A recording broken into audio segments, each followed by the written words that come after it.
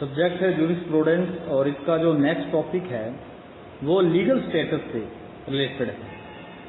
ये कुछ एक व्यक्ति और कुछ एक चीज़ें ऐसी हैं जिनको क्या क्वेश्चन आ जाता है, क्या इनको लीगल स्टेटस प्राप्त है, क्या इनको लीगल पर्सन माना जाएगा। ठीक है, जैसे कि कोई अनबॉर्न चाइल्ड है, मृत व्यक्ति है, कोई पशु है, कोई आइडल मूर्ति है, मस्जिद है, राज्य है, ठीक है, इंडिया है, भारत संघ है, पार्टनरशिप है, लेबर जो यूनियन है वो है, यूनिवर्सिटी है, पोस्ट मास्टर जनरल का जो पद होता है, सीट होती है वो है, भारत का रिजर्व बैंक है और भारत का राष्ट्रपति। क्वेश्चन आ जाता है कि क्या इनको लीगल स्टेटस प्राप्त है, क्या लॉ की नज़रों में इनको लीगल पर्सन माना जाता है। तो इसके बारे में ये क्वेश्चन, ठीक है, इसके बारे में शॉर्ट नोट आ जाते हैं या 3-4 इकट्ठे पूछ लिए जाते हैं बड़ा बनाकर क्वेश्चन। तो उसके बारे में पहला आता है इसके अंदर अनबॉर्न चाइल्ड, अनजन्मा व्यक्ति, मतलब ऐसा बच्चा जो अभी पैदा ही नहीं हुआ है। ठीक है, क्या उसको लीगल पर्सन माना जाएगा। इसके बारे में अलग अलग अवधारणाएं। ठीक है, हिस्ट्री के अंदर इनको लीगल पर्सन नहीं माना जाता अनबॉर्न चाइल्ड। जैसे पैटर्न ने क्या कहा है कि अनबॉर्न चाइल्ड लॉ की दृष्टि में कोई अस्तित्व नहीं रखता क्योंकि वह अधिकार विहीन होता है। मतलब उस पैटर्न क्या कहता है कि उसके पास राइट नहीं होते। वह तभी जन्मा हुआ माना जाता है जब माता के शरीर से पूरे तरीके से वो बाहर आ जाए, तभी उसको पैदा हुआ माना जाता है। मतलब प्राचीन काल में ये अवधारणा थी कि जो पेट में बच्चा है, अनबॉर्न चाइल्ड है, उसको लीगल पर्सन ना माना जाए। ठीक है, लेकिन जैसे जैसे सोसाइटी का विकास हुआ, ठीक है, बहुत सारे डिसीजन आए, उसके अकॉर्डिंग जो अनबॉर्न चाइल्ड है उसको लीगल पर्सन माना जाने लगा। ठीक है, जैसे कि मॉन्ट्रियल ट्राम वेज कंपनी बनाम लिवाइन, इस केस में ये कहा गया कि माता के गर्भ में रहे बालक को क्षतिकार किए जाने पर दोषी व्यक्ति पर क्षतिपूर्ति अधिरोपित की जाएगी। मतलब अगर माता के पेट में कोई बच्चा है, ठीक है, और उस बच्चे को कोई व्यक्ति नुकसान पहुंचाता है तो उसको डैमेज भरना पड़ेगा।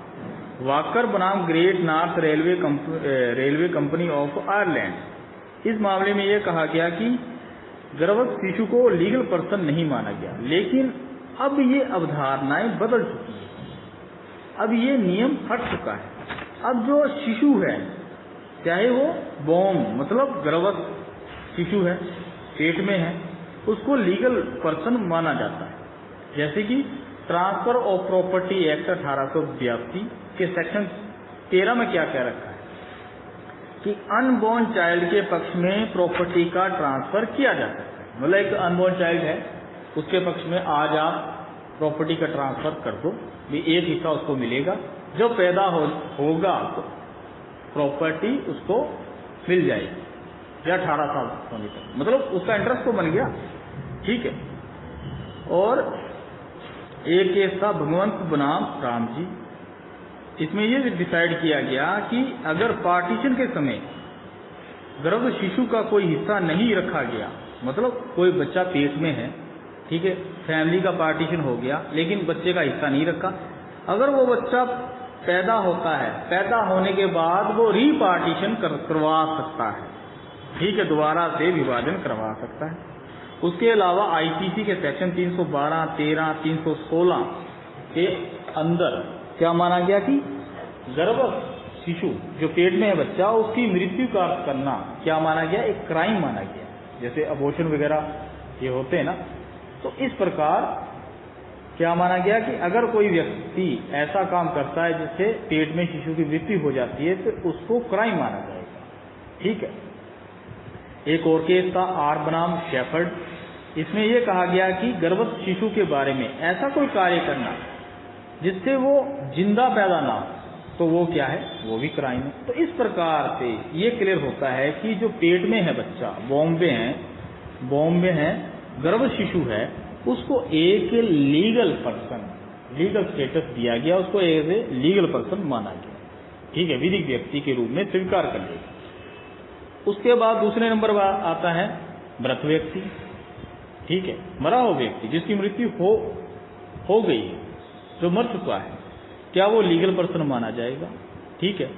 वैसे तो ये धारणा है कि जो व्यक्ति मर गया उसका अस्तित्व भी खत्म हो जाता है, ना तो उसके अधिकार रहते हैं ना ही कर्तव्य रहते हैं, लेकिन ये एब्सोल्यूट नहीं है।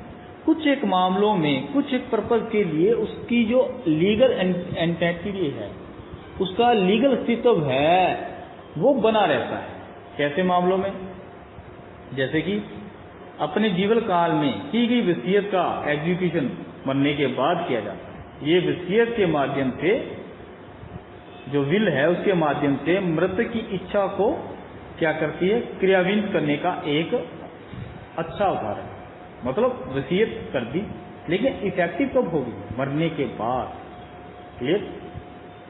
इस प्रकार डेफामेशन के केस में अगर मान लो कोई व्यक्ति है, ठीक है, वो मर चुका है, लेकिन कोई व्यक्ति उसके बारे में गलत पब्लिकेशन करता है, मतलब डेफामेशन करता है, मानहानि करता है।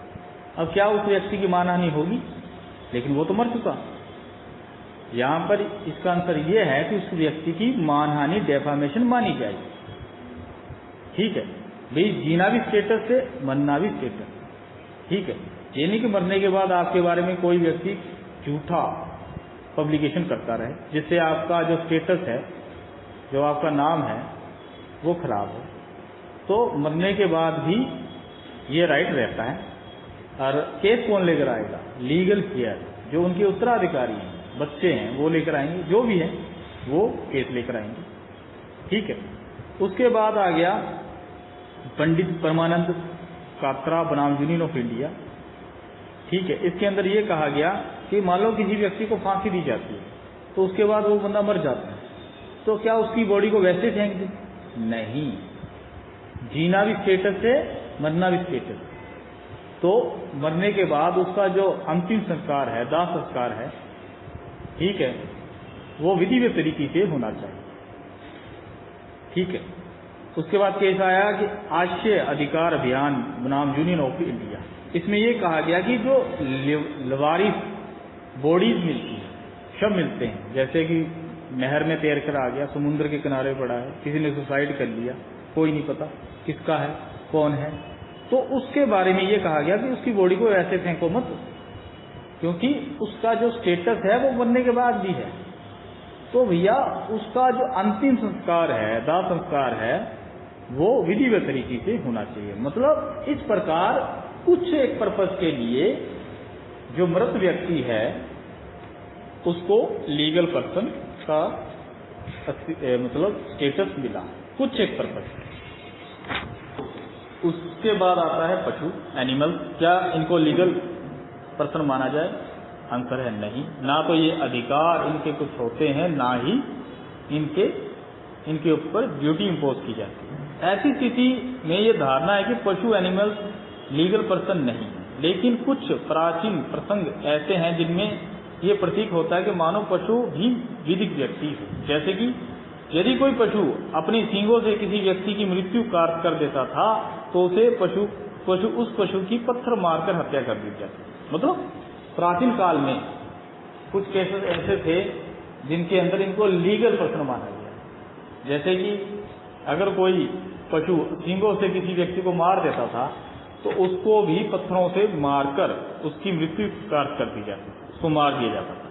ठीक है, जर्मनी में एक बार एक मुर्गे को इसलिए फांसी दी गई, मृत्युदंड दिया गया, और क्योंकि वो बुरी तरीके से बांध देता था, जिससे आसपास के जो लोग थे वो परेशान हो गए, उनको नींद नहीं आती थी। तो इसलिए उसको कटघरे, मतलब पूरा ट्रायल चला, उसको कटघरे में खड़ा किया गया, उसको फांसी की सजा दी गई। ठीक है, सन 1519 में कुछ चूहों को अभियोजित किया जाकर, मतलब उन पर केस चलाकर उनको निष्कासन के दंड से दंडित किया गया। मतलब कुछ एक चूहों ने कोई फसल खराब कर दी, ठीक है, खेत चट कर दिया, तो उनके विरुद्ध मुकदमा चला 1519 में, और उनको निष्कासन किया गया। उनको निष्कासन मतलब कड़ी बात इसको कहते हैं, भाई आप इस एरिया से बाहर चले जाओ, मतलब शहर छोड़ दो, गांव छोड़ दो। ठीक है, परंतु ये तो हिस्ट्री की बातें हैं, इतिहास की है, लेकिन आज ऐसी स्थिति नहीं है। ठीक है भाई, आज पशुओं को कुछ आधारों पर लीगल पर्सन नहीं माना गया। मतलब आज पशुओं को निम्न आधारों पर विधिक व्यक्ति मानने का तर्क दिया जाता है कि प्रत्येक व्यक्ति का यह कर्तव्य है कि वे पशुओं के प्रति क्रूरल्टी पूर्ण व्यवहार ना करे, क्रूरतापूर्ण मारे ना, उनको तंग मत करे। ठीक है, और जो एनिमल्स हैं उनके इंटरेस्ट और उनके वेलफेयर के लिए क्या ट्रस्ट की स्थापना की जा सकती है। तीसरा, पशुओं द्वारा कार क्षति के लिए क्षतिपूर्ति का वाद लाया जा सकता है, लेकिन ये सभी तर्क साधारण योग्य नहीं है, मतलब संधारण योग्य नहीं है, क्योंकि पशुओं के प्रति मनुष्य के कर्तव्य तो हैं, परंतु पशुओं के सहवर्ती अधिकार नहीं। मतलब अपनी ड्यूटी तो है, लेकिन उन एनिमल्स के राइट्स नहीं है। टोटल मिला के ये कहा जा सकता है कि मान लो भी किसी पशु ने आपको मार दिया, ठीक है, आपको चोट लगी या डैमेज कुछ भी हुआ, तो आप क्या कोर्ट में जा सकते, उनके विरुद्ध नहीं जा सकते। तो इस प्रकार लास्टली ये है कि जो एनिमल्स है उनको लीगल स्टेटस प्राप्त नहीं, उनको विधिक व्यक्ति नहीं माना जाता, लीगल पर्सन नहीं माना जाता। उसके बाद आता है मूर्ति या देव प्रतिमा। मंदिर होता है, मंदिर किसका? हनुमान जी का। ठीक है, ये बालाजी का मंदिर, ये राम जी का मंदिर। तो ये मंदिर किसका है? राम जी का। जो मूर्ति है अंदर वो ही मालिक है उस मंदिर का, वो आइडल जो है वही मालिक है। जो पुजारी होता है वो एज ए ट्रस्टी होता है, संरक्षक होता है मूर्ति का, लेकिन मालिक नहीं होता उस मंदिर का। मालिक कौन है? जो आइडल है, जो मूर्ति है। ठीक है, मान लो भी कोई केस हो गया तो सम्मन किसके नाम निकलता है? राम जी के नाम, हनुमान जी के नाम, कोर्ट में पेश होने के लिए। इसलिए जो आइडल है, जो मूर्ति है, उसको लीगल पर्सन माना जाता है। ठीक है, उनको लीगल पर्सन माना जाता है, वो लीगल पर्सन है। उसके बाद आ गया मस्जिद। मस्जिद को क्या लीगल पर्सन माना जाएगा? मॉस्क्यू नहीं। इसके कारण है क्योंकि मुस्लिम लॉ में मस्जिद को कभी लिविंग पर्सन के रूप में एक्सेप्ट नहीं किया गया, और मस्जिद में किसी देवता या मानवीकरण नहीं होता, मतलब देवता का मानवीकरण नहीं होता, तथा मस्जिद में मूर्ति पूजा बनती है। मतलब मस्जिद के अंदर क्या है, मूर्ति वगैरह नहीं होती। ठीक है, और मस्जिद को मुस्लिम लॉ में as a living person accept नहीं किया गया। तो मस्जिद मॉस्क्यू को लीगल एंटिटी, लीगल स्टेटस प्राप्त नहीं है, इसको लीगल पर्सन नहीं माना जाएगा। उसके बाद आता स्टेट। हाँ, स्टेट को माना जाता है। ठीक है, स्टेट मतलब राज्य। ठीक है, राज्य समाज का एक सर्वोच्च संगठन है। राज्य के पास प्रॉपर्टी है। ठीक है, राज्य बहुत सारे काम करता है। आप स्टेट के विरुद्ध केस ला सकते हो। कोई बार देखा होगा, state of Uttar Pradesh versus state of Punjab versus state of Haryana, और स्टेट भी आपके विरुद्ध केस ला सकता है। मतलब क्राइम किया तो आपके विरुद्ध केस कौन लाएगा? स्टेट। वहां भी स्टेट का नाम आता है। इस प्रकार स्टेट को लीगल पर्सन माना जाएगा। क्लियर? उसके बाद union of India. Union of India को भी लीगल पर्सन माना गया, विधिक व्यक्ति माना गया। कॉन्स्टिट्यूशन के आर्टिकल 32, 226 और 300 के पर्पज से भारत संघ, यूनियन ऑफ इंडिया एक लीगल पर्सन है। भारत संघ एक सॉवरन बॉडी है, निकाय है, उसका विधिक अस्तित्व है, लीगल स्टेटस है, उसके अपने राइट्स है और ड्यूटीज भी है। यूनियन ऑफ इंडिया के द्वारा एवं भारत संघ के विरुद्ध वाद लाया जा सकता है। मतलब यूनियन ऑफ इंडिया किसी व्यक्ति या संस्था या कोई भी बॉडी उसके विरुद्ध केस ला सकती है, और यूनियन ऑफ इंडिया के विरुद्ध भी केस लाया जा सकता है। इस प्रकार यूनियन ऑफ इंडिया क्या है? एक लीगल पर्सन है। उसके बाद आ गया पार्टनरशिप। क्या पार्टनरशिप लीगल पर्सन है? इसका आंसर है नहीं। क्यों? क्योंकि जो इस बिंदु पर साझेदारी फर्म निगम से भिन्न है। ये बात अलग है कि विधिक व्यक्ति नहीं होते हुए भी जो पार्टनरशिप फर्म है उसके द्वारा उसके विरुद्ध वाद लाया जा सकता है। ठीक है, मतलब इसको लीगल पर्सन नहीं माना, क्योंकि जो पार्टनरशिप फर्म है वो किनसे बनी है? वो पार्टनर से बनी है। अगर कोई पार्टनर बाहर चला गया तो पार्टनरशिप टूट गई। ठीक है, मतलब अलग से उसका लीगल स्टेटस नहीं है। जैसे कंपनी का होता है, कंपनी के सारे मेंबर मर जाए तो कंपनी क्या मर जाती है, खत्म हो जाती है? नहीं होती। लेकिन जो पार्टनरशिप फर्म है, अगर उनमें से कोई व्यक्ति बाहर आ गया तो पार्टनरशिप टूट गई। तो इसलिए अलग से जो फर्म है उसको, साझेदारी फर्म है, पार्टनरशिप फर्म है, अलग से स्टेटस प्राप्त नहीं है। चाहे उसके विरुद्ध केस लाया जा सकता है लेकिन उसको लीगल पर्सन नहीं माना जाता। ठीक है, उसके बाद आया ट्रेड यूनियन। ट्रेड यूनियन जिसको श्रमिक संघ बोला जाता है, लेबर यूनियन बोल सकते हैं। भाई श्रम संघ अधिनियम 1926 की धारा 13 के अंतर्गत जो रजिस्टर्ड ट्रेड यूनियन है वो एक निगमित कॉरपोरेट बॉडी की जैसा है। अगर वो रजिस्टर्ड है वो कॉरपोरेट बॉडी ही माना जाएगा। ठीक है, और श्रमिक संघ ट्रेड यूनियन अपने जो पदाधिकारियों के माध्यम से कार्य करते हैं, उसके संपत्ति अर्जित धारण करने का अधिकार है।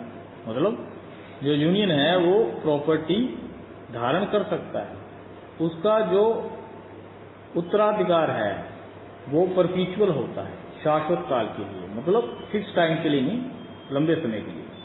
उसकी एक मोहर होती है, ठीक है, जैसे कंपनी की होती है, और उसके द्वारा या उसके विरुद्ध केस लाया जा सकता है। अतः एक लेबर यूनियन, श्रमिक संघ, ट्रेड यूनियन विधिक व्यक्ति है, लीगल पर्सन।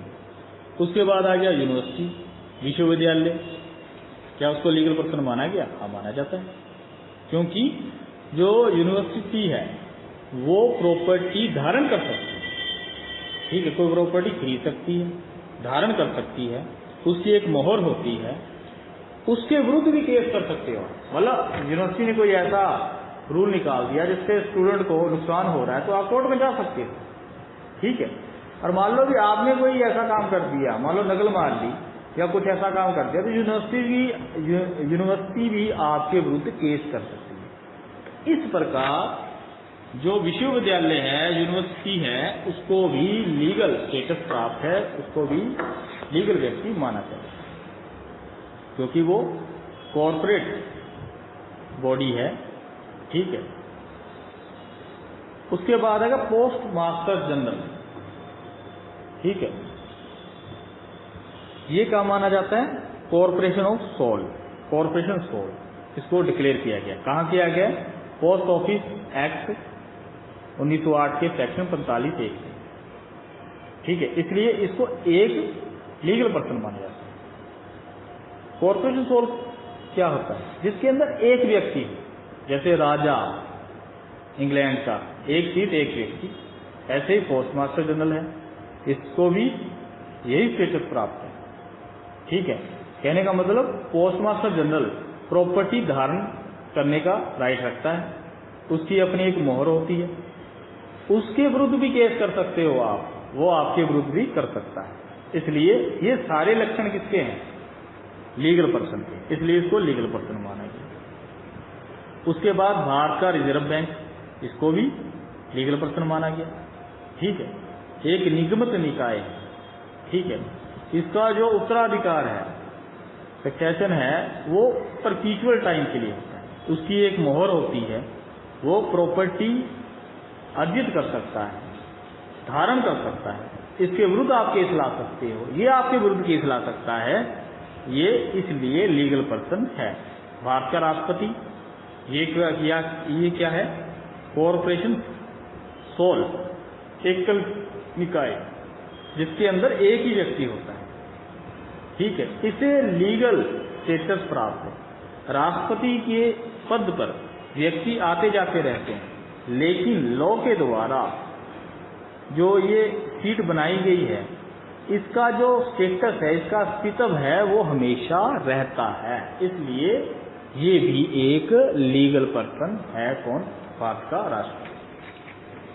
इस प्रकार आपका ये टॉपिक पूरा होता है कि लीगल स्टेटस किन किन व्यक्तियों को प्राप्त है, विधिक स्थिति किन किन व्यक्तियों को लीगल पर्सन माना जाएगा। पहला था अनबॉर्न चाइल्ड माना गया, लीगल पर्सन है, ठीक है, बहुत सारे लॉ के अंदर डिक्लेयर किया गया है। दूसरा है मृत व्यक्ति, मरा हुआ व्यक्ति, कुछ एक पर्पज के लिए है, ठीक है, जैसे कि डेफामेशन के केस में, ठीक है, मर गया तो उसकी बॉडी को आप, उसका जो दाह संस्कार है वो सही तरीके से करोगे, ठीक है।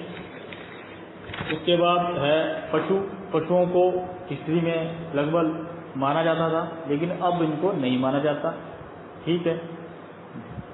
चौथा है मूर्ति, इसको आइडल बोला जाता है, इसको माना जाता है, क्योंकि मंदिर का मालिक कौन होता है? मूर्ति, आइडियल।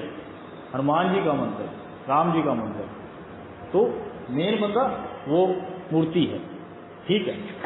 जो पुजारी है, जो महंत है, वो एज ए गार्जियन है उस मूर्ति का। उसके बाद मस्जिद, मॉस्क्यू नहीं माना जाता।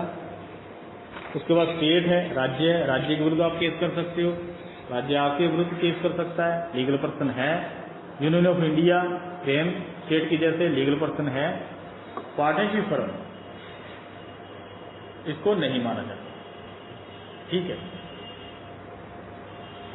उसके बाद ट्रेड यूनियन, इसको माना जाता है। यूनिवर्सिटी, इसको माना जाता है। पोस्ट मास्टर जनरल, एक कॉरपोरेशन सोल है, इसको माना गया है। उसके बाद भारत का रिजर्व बैंक माना गया है। प्रॉपर्टी दान कर सकता है, केस कर सकता है, इसके विरुद्ध केस आ सकता है।